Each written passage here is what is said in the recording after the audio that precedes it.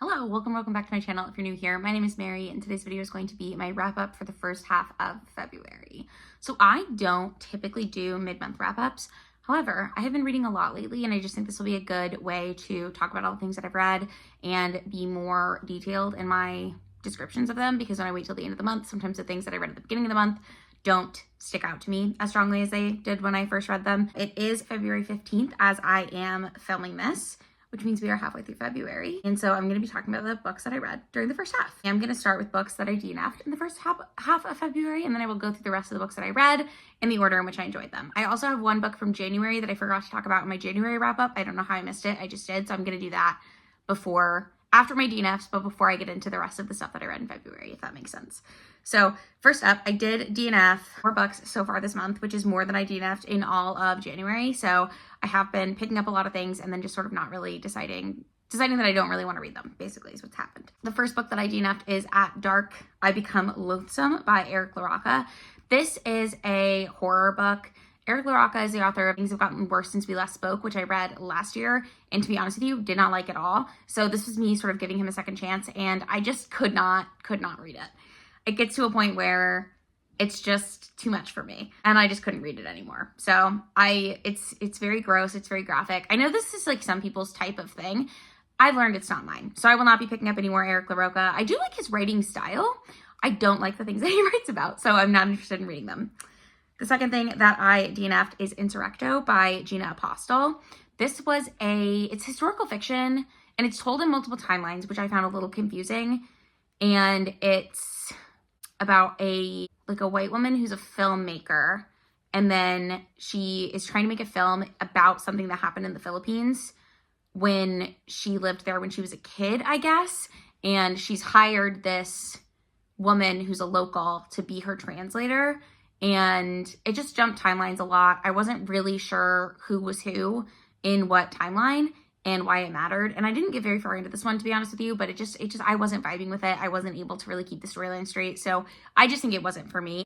The third book that I DNF'd so far this month was When I Think of You by Maya Ariel. And I read this for the X's and O's readathon vlog that I did. So I will link that in case you missed it. This is a second chance romance, and I don't think I like those. So it's told in flashbacks of like this couple when they first got together, but it's basically, there's this couple and they're in the film industry, and one is like, the guy is a Nepo baby. I'm not gonna remember his name. His last name's Porter, I think, but Danny, is that right? I don't know. But he is half black, half white, and he has been wanting to make this movie about his parents' love story because they got together in the 60s when it was very taboo to have an interracial marriage. And he was like a later in life baby, and so his parents are both dead now, I think, and he wants to make this movie about their lives. And he had in film school, he met the main female character who, I don't remember her name either, but she is a black woman, and she was in his film school class, and they dated. And then it's been like close to a decade since they broke up, and she is still a secretary at a production company and can't get her foot in the door to really work on movies like she wants to. And then he comes into the production company one day, sees her, I guess remembers her, and decides that he wants to hire her on as his like director's assistant. And there's all sorts of drama because he has this new girlfriend who immediately doesn't like the main female character, but like she doesn't even know that they used to date. She just has a thing against her. And eventually they're going to get back together, right? Like that's what the book is about. I didn't get to that point. I got about 55% of the way in, and I actually did. So I was just getting to the point where they were like talking through their feelings for each other. But I did not understand why they liked each other, because we get a lot told in like flashbacks, but the flashbacks are like the first day of film school. And like they went on a date to like a movie theater that was playing a 4-hour movie that was a foreign film, and he had to keep her awake the whole time and like stuff like that. And I just like, for whatever reason, I couldn't buy into the love story. And I don't like the flashback thing in romance. Like I want you to walk me through why they care about each other now. Like I want to feel the emotions building now. I don't want to just hear, oh, we used to be in love. Like that doesn't work for me. So unfortunately, not for me. I put it down around 55%. And then the other thing that I DNF'd was Gristmill Road by Christopher J. Yates. And I had another Christopher J. Yates on my TBR, but I've gone ahead and taken that off because I don't think his writing is really for me. So this is a mystery thriller. And the premise is there were these 3 friends when they were kids. It's 2 boys and a girl. And for whatever reason, one of the boys shoots the girl's eye out with a BB gun.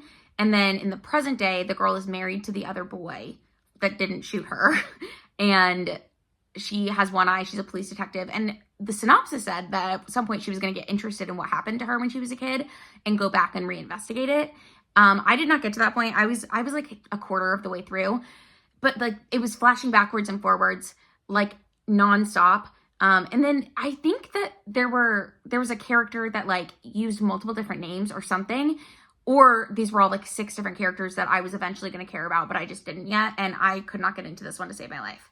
I just couldn't get into it. I don't know. It just was not for me. It wasn't working for me. I couldn't figure out what was happening or who was who or why I should care. And I put it down. So those are the books that I DNF'd. The book that I read in January that I never talked about in my January wrap up is The Cheerleaders by Kara something. Hold on. Kara Thomas. And I gave this book 3 stars.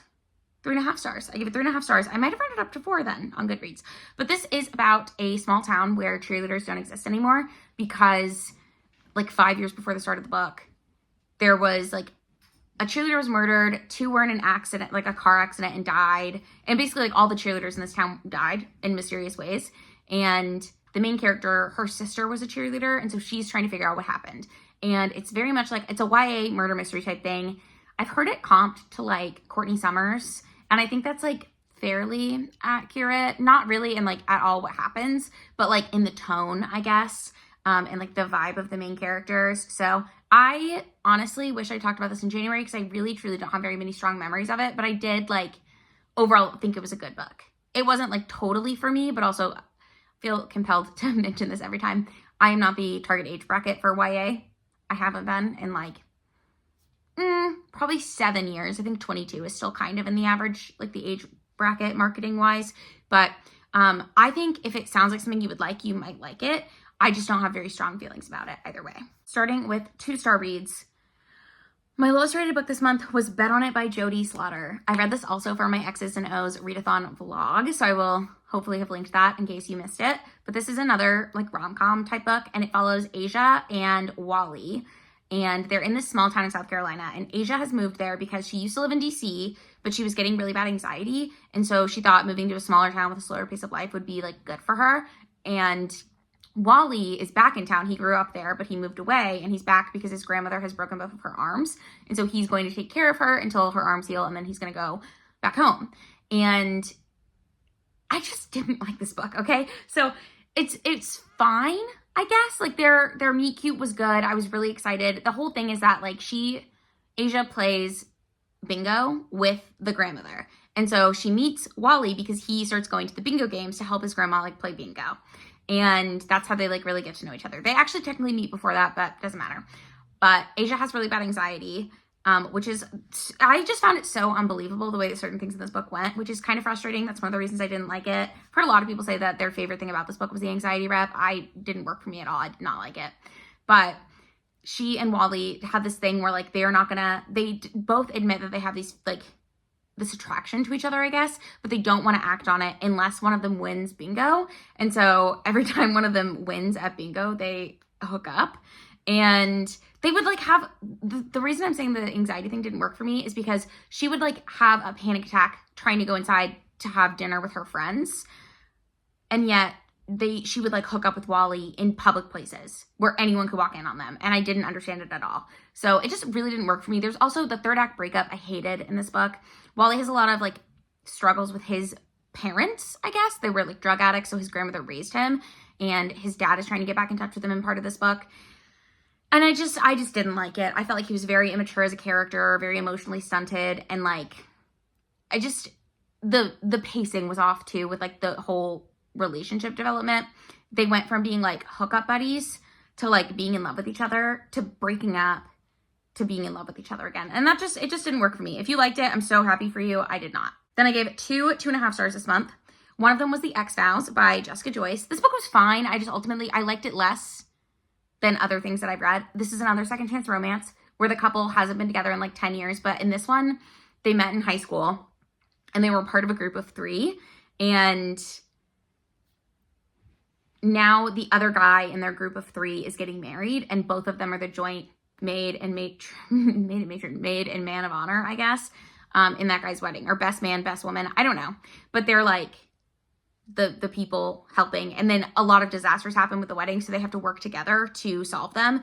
And there's also like, not fake dating, but they end up having to tell different vendors that they're the couple because otherwise the vendors won't see them. They only want to see the actual couple. They don't want to see like the friends to help plan the wedding or whatever. So it was like kind of cute for parts of it, and I liked parts of it, but again, the flashbacks didn't really work for me. I didn't get their relationship, and then ultimately like, the whole plot was just kind of meh, in my opinion. The other book that I gave 2.5 stars was The Hunger by Alma Katsu. This one is one that I feel like I should have liked more than I did, but it's horror set on the Oregon Trail, which I was really intrigued by. I thought that sounded so interesting, but it's this group of people called the Donner Party, and they're trying to go to California, I guess, or Oregon or wherever they're going. And there's all sorts of like secrets, like different people knew different people before they started out on this trail, and you find out more about that. So that part was really interesting. The other thing that was really interesting was there's this thing on the road that originally they think it's like an animal eating people or something, but like people are disappearing, people are dying, the livestock is going missing, and they essentially like don't know what to do, and then they end up like turning on each other. And I like, it sounds really exciting, but for whatever reason it like felt very like surface level, and certain things happened that I know should have had an emotional impact, but I was just not emotionally there yet, and so it just didn't really fully work for me, which is kind of a bummer because it's the kind of thing that I think I like, but I don't know what, for whatever reason, I just like couldn't fully get into this one. This one also has a lot of flashbacks. I'm really like in general not a flashbacks hater. Like I don't mind a dual timeline, whatever, but all of the flashbacks, I think it just, maybe I just read too many books that had too many flashbacks all at once, and for whatever reason, none of them really worked for me. So that was kind of a bummer, but I'm not a bad book. Just really, it didn't feel like it was for me. I've had a lot of 3 stars this month. So the first 3-star that I had was The Enchanted Hacienda by J.C. Cervantes, which is it's a romance. It has like a magical realism twist. It's not like romantasy or anything, but it's about this woman who, she comes from a family of women who all have like powers having to do with plants. And her family in Mexico owns this flower farm that they cultivate flowers that have magical abilities, basically. And she goes back because her mom or her grandma or her aunt or whoever is the matriarch right now wants to go on vacation. And so she gets put in charge of this farm, and she's just broken up with her boyfriend. She just lost her job. So she kind of has nothing else to do. So she agrees to do it. And she meets this guy, obviously. And then they have kind of like, they get off on the wrong foot, which is something that I enjoy reading. And I don't know, they like sort of have this banter going on. I never really felt any strong feelings about it. And then also the magical realism twist. I'm not going to tell you what it is because it like spoils it. But I should mention the main character doesn't have magical abilities. So everyone else in her family does. So she kind of feels like she's floundering, but she's originally trying to help like run this farm. And there's other people who are working there who are making the magic bouquets. She just has to make sure that things are okay, and things start going wrong. So that's kind of how it goes. And then she meets this guy, and he's like kind of getting in the way, but then he's involved with someone who wants to buy the flowers from her, that like something happens with them. And so she and him are trying to work together to get these flowers back, and et cetera, et cetera, et cetera. It was fine. You know, it wasn't like great. I did want to DNF it for a good portion of it. I don't know if I'm like glad I read it, but it wasn't bad. It just wasn't like awesome. The next book that I gave 3 stars was The Caregiver by Samuel Park. And this actually probably has my favorite line from any of the books that I read, but it was actually in the author's note. So the premise of this book is that there's a woman who has stomach cancer, and she hires this caregiver, and the caregiver is from Brazil, to take care of her. And the caregiver, I think her name's Anna, when she was living in Brazil, I think her mom's name is Anna. I don't remember her name. That's okay. Sorry. Her and her mom had this very like tumultuous relationship where they were like very, what is the word? It's not codependency. It's like enmeshed, I guess. It just was like not a very healthy mother-child relationship. It was kind of inappropriate, might be the wrong word, but like the mom definitely viewed her more as like a friend, and she definitely had to like help her mom out more than like a child should really have to help their parents, if that makes sense. But then it's also about like this revolution, I guess, that was happening in Brazil, or like this political turmoil that was happening. And so a lot of it, again, this is one where it was a lot told in flashbacks. However, in this one, I liked the timeline when the main character, like the caregiver lady, was a kid, because I was really interested in what her mom was doing. Like, she's recounting the story of how her mom got involved with these like this like rebel group, and then what ended up happening with that, and also how she's been dealing with that her whole life, and how it changed her perception of her mom and like changed her perception of the world. And it's really interesting. And then also, like, I think that the takeaway that you're supposed to really get is that, like, she was kind of, her mom was her caretaker, and then for a while she was her mom's caretaker, and now she's taking care of someone else. And she definitely has a lot of like dissatisfaction with her job, but she's very good at it.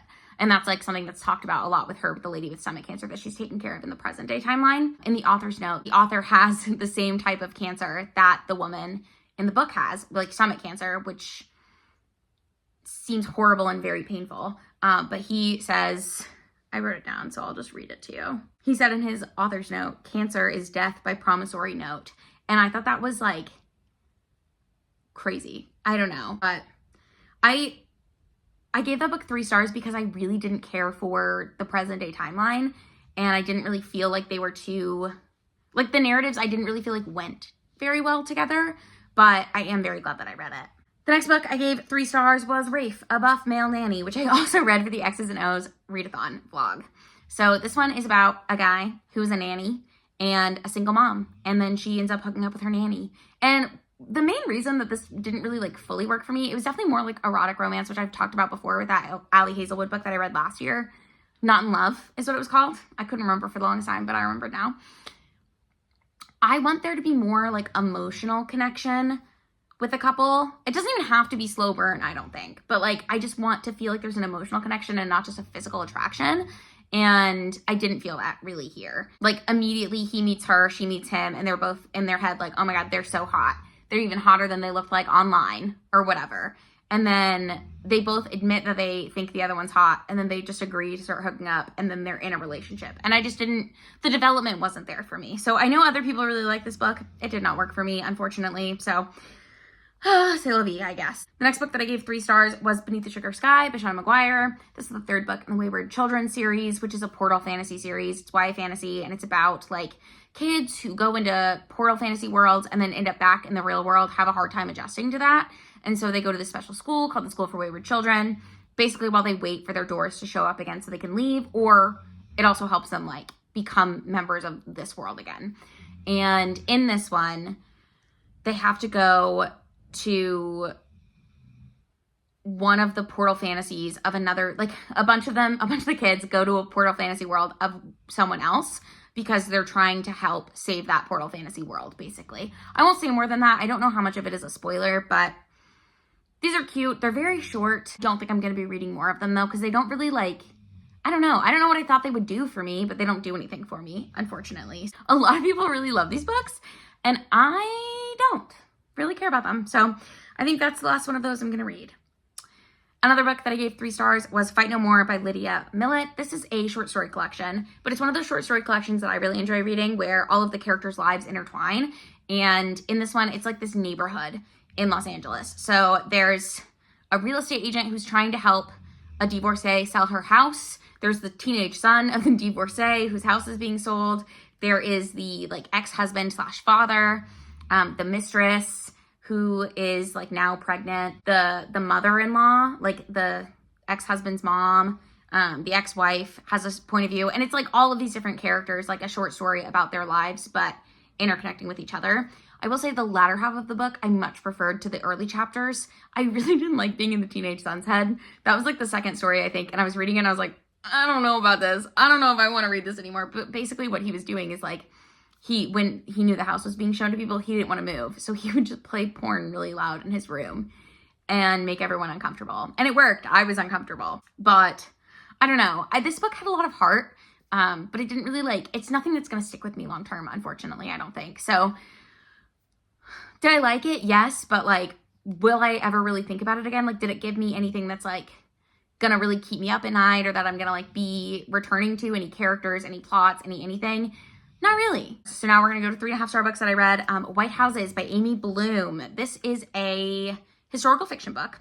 And it's kind of, I guess, a retelling, not a retelling. It's like an untold story of Eleanor Roosevelt and her female lover. which she may or may not have had. I have not fact checked whether or not this is like based on anything real. I know that it's a real woman. I don't know that there's any proof that they were like lovers. I'm sure there is, but I'm just putting that caveat out there. I've not looked into this. The main character is actually the lover, and she's telling like her life story, and parts of it are her life story as she's telling it to Eleanor for the first time. And then also she's telling the story of her relationship with Eleanor, and she grew up very poor and was actually sexually abused by her father. So that's in here. And there's at least one scene where it's like on page horrible. So if I almost had to put it down. It doesn't get mentioned again, really, after that point. So, you know, your mileage may vary. I'm just like, it's something that I know is a very sensitive topic. So I just thought I'd mention it. This book wasn't bad, but it was a little like bland. I don't know.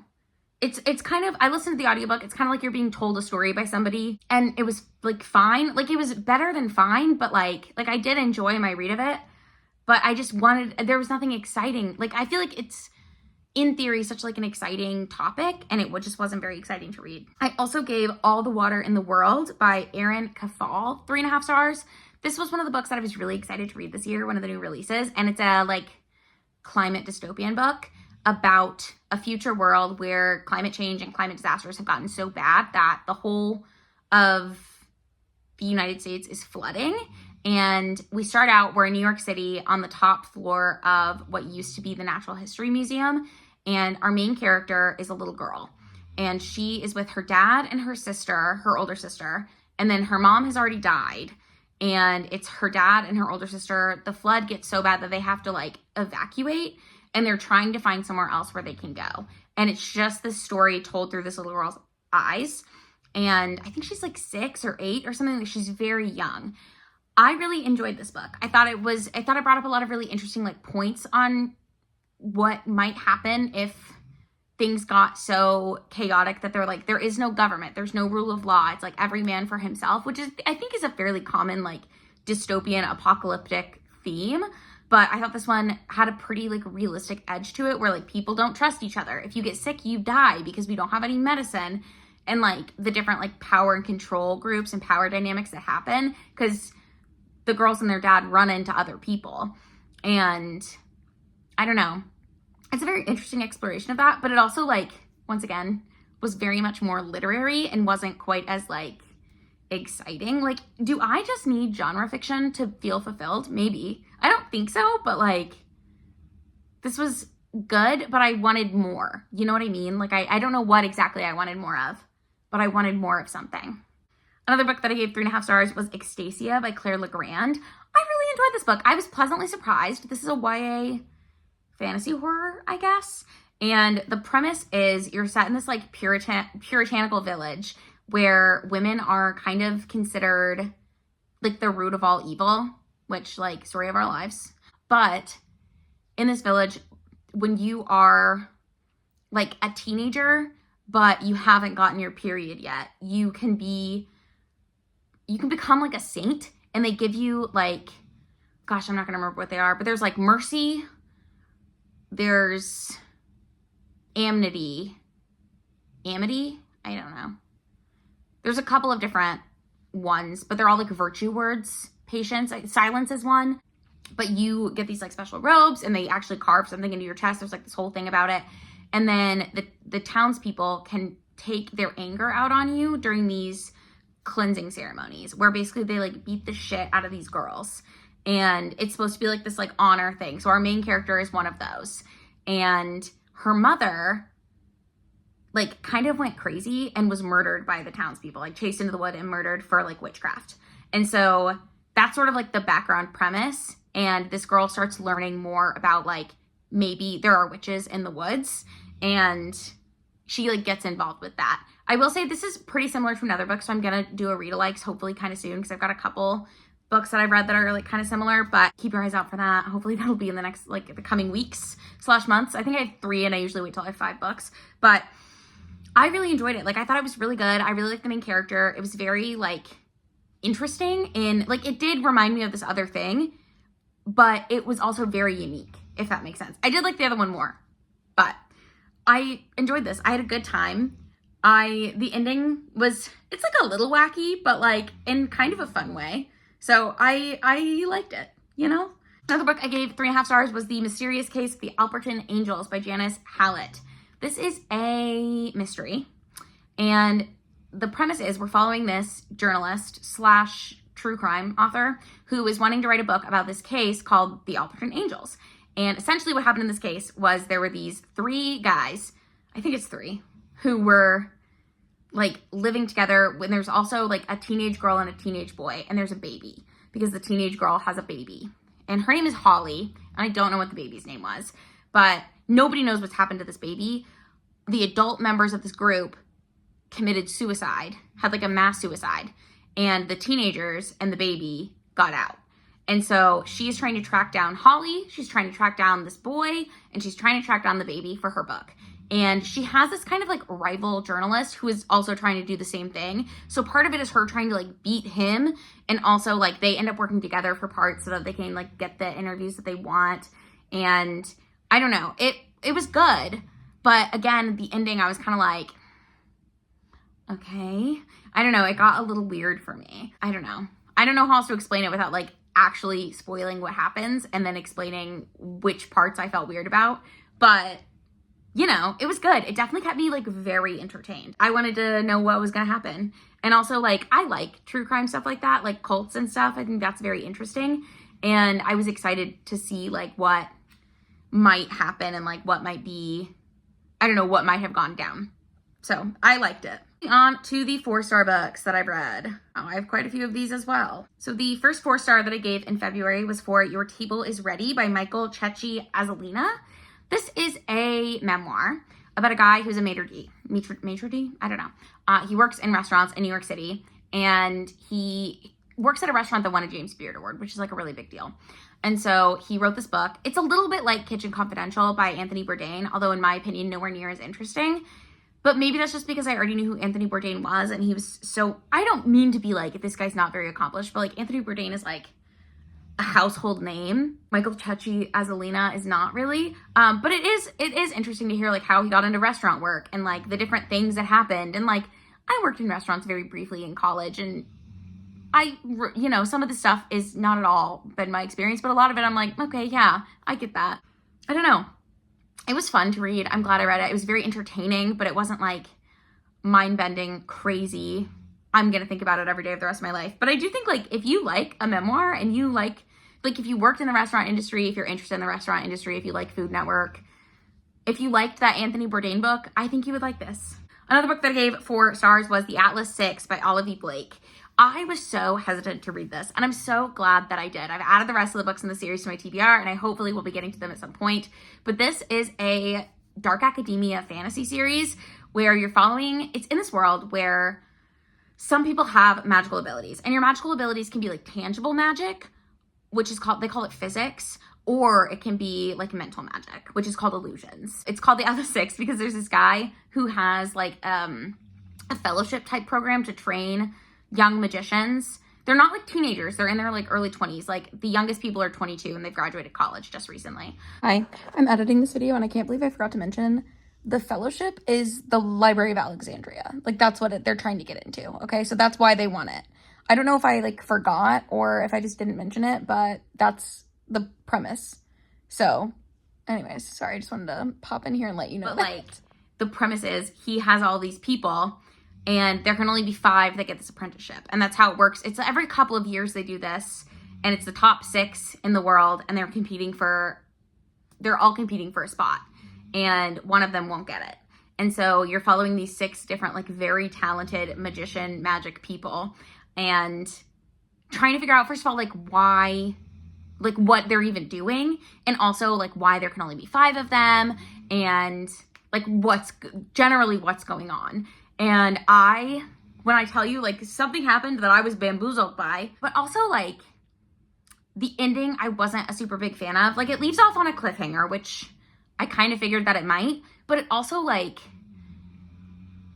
I felt the ending kind of rewrote history a little bit and, like, it does kind of a villain origin story and, like, explaining what's going on, but in a way that, for whatever reason, like, I didn't want that to be what was going on. So I am going to finish the series I'm intrigued. I love the characters. There's like a sort of like relationship blooming between some of the characters that I'm very interested in. And I really enjoyed it. I thought like the different magical abilities were fun too. I just thought it was cool. It's like a new twist on something. It might not even be that new, but it's the first time I've read something like it, and I really enjoyed it. This might be, well, I wouldn't say it's the best Dark Academia thing I've ever read. I still think I like Ninth House better, but I'm so glad that I read this one. The next 4-star was another one that I was pleasantly surprised with, and that is Gilded by Marissa Meyer. This does have a sequel that I will be reading. It's only a duology, and this is about, what is it? So it's a retelling. It's fantasy. It's a retelling, and it's about this girl who lives in the woods with her dad, and she kind of like doesn't really fit in her town. Her mom is dead, and in this town there is this thing called the Hunt, which is like ghosts basically, but it's one night of the month. Ghosts can come out and they'll try to like take people away, and that's what happened to her mom. Her mom left in the middle of the night with this hunt thing and never came back. So I guess we don't know if her mom is dead. I shouldn't say that she's dead. I don't know. But one night during this hunt thing, these like woodland creatures are trying to hide in her cellar, so she hides them, and the main huntsman guy, I don't remember his name, I'm really sorry, but he's like the king huntsman dude, comes to her and asks her like, where did these creatures go? And she's like, oh, I don't know. And he's like, well, what are you doing out here? And she said she's collecting straw that she can turn to gold, because she can turn straw into gold. And then she ends up having to go, and he like is forcing her to turn straw into gold, except for here's the thing, she can't do that actually. And so another guy shows up to help her, and he, for whatever reason, can actually turn straw to gold. And what she can do is, she's a very gifted storyteller. She has like the gift of lies or something. And so she can like spin a story, and that's how she can like convince people of her lies. And that's how she was able to convince this Duke, Lord Earl thing, that she could do this spinning to gold thing. And it was really, really good. So there's like more lore happening, obviously, and there's like history in this town that this castle is in, because when it's not the Hunt, the castle is like abandoned, decrepit, like gross. It's like ruins basically. But when the Hunt is going on and she's there to spin straw into gold, everything is like magnificent, and it's like the day that the castle was built. Like, it's beautiful. And so I don't know if there's like a time loop happening. Like, you're trying to figure out what's going on with this and why. And also who this guy is and who she is. I think his name is Gild. And so you're trying to figure out like who he is, where he came from, because it seems like the person in charge, like nobody really knows who this guy is. And I don't know. It's great. There's also like a little bit of a romance element between the main character and this Gild guy who's helping her spin all the stuff to gold. And I'm a sucker for it. I love it. So I really enjoyed that one, and I will be continuing. The next 4-star that I read was Salt of the Sea by Ruta Sepetys. Sepetys? I don't know. This is a World War II historical fiction, but it's about, I'm not going to remember what the boat's called. In the Baltic Sea, a bunch of people were trying to flee from the Nazis, and they were going to get on this boat to like save themselves from Stalin and from Hitler. And the boat ends up getting shot at and sank. Like, that's the historical thing that happens. But you're following several characters as they're like trying to get to this boat and the things that they'll do to get there. And this book was really emotional. I did have a hard time keeping the characters straight. There's one character, Amelia, who's Polish, who is also very pregnant. And she was my favorite character to read from. I was like so enraptured with her story. There's this guy Florian. You also get parts from a German soldier's point of view, and his points of view are always him like writing imaginary letters back home to this girl that he's in love with. And to be honest with you, I liked his ending, but leading up to it, I was really sick of hearing from him. I was really worried about the good Nazi trope. It's my least favorite thing that happens in World War II historical fiction. I don't want to read about it. It's never going to please me. I do think that I would have liked this book more if I had either immersion read it, so like listened to the audiobook while physically reading it, or just like physically read it, because I just listened to the audiobook, and I think that's what hindered me from keeping all the characters straight. Although there are different narrators for each one. It's a very well done audiobook. It's just, I don't know what it was. I could not keep the storyline super straight in my head, but I did still really enjoy my read of it, and it was very good. And it's like, World War II historical fiction is really never going to be my favorite thing. I don't know what it is about it. I actually do. It's because I've read so much of it that it's like, and it's all kind of the same story. And that sounds bad because it's not, but that's part of it. And that was part of like the reason that I didn't like love this one, but I did really like it. Another book that I gave 4 stars in February so far was The Canterville Ghost by Oscar Wilde. And this is a short story. It's like 100 and something pages. And it's a ghost story, but it's like a funny ghost story. So it's about this American family that moves into this British manor that has a ghost, and the ghost is trying to haunt the family, and they are ruining all of his haunts and also ruining his life. And this has like a really sweet ending, but it was hysterical. I literally laughed out loud at multiple parts, and I just had a great time. I found it delightful. I really liked the ghost. I really liked the like American family. There's also a lot of like, it's definitely satire, okay? There's a lot of like name dropping different like products that Americans use for things. So there's a blood stain on the carpet that won't go away. So they have this like special tincture that is supposed to be good for getting stains out of things, and they use it and it cleans up the blood like immediately. And it's just funny. It's just it's funny that like the stereotype, I guess, was that Americans are like unflappable and unfazed. And I just love that. I thought it was so funny. So it really worked for me. I really enjoyed it. I had a great time. And then the last thing that I've actually read so far in February, and also the last 4-star that I have, that's right, I did not read anything higher than a 4-star so far this month. The last 4-star that I have to talk about that I actually just finished before filming this is Horrorstör by Grady Hendrix. And this is an older book by him, but it's basically like, imagine an IKEA. It's not IKEA, it's this store called Orst, but you're following these employees who work there, and they keep coming in the mornings and things are like broken. They come in one day and someone has shit on the couch, one of the couches. And so they're like, what the hell's going on? So the manager calls in a couple of people who work with him, and he's like, hey, we're going to stay in the store overnight and we're going to figure out what the hell is going on. And then it's like a horror book from there. And it's, if you've read any Grady Hendrix, he has a very like funny writing style. Like things that will happen and be like horrifying, like blood, gore, rats. If you don't like rats are a big part of this book. He also has a lot of like levity. Like it's not all fear, all like torture and horror and drama all the time, which I appreciate personally. So I really enjoyed this one.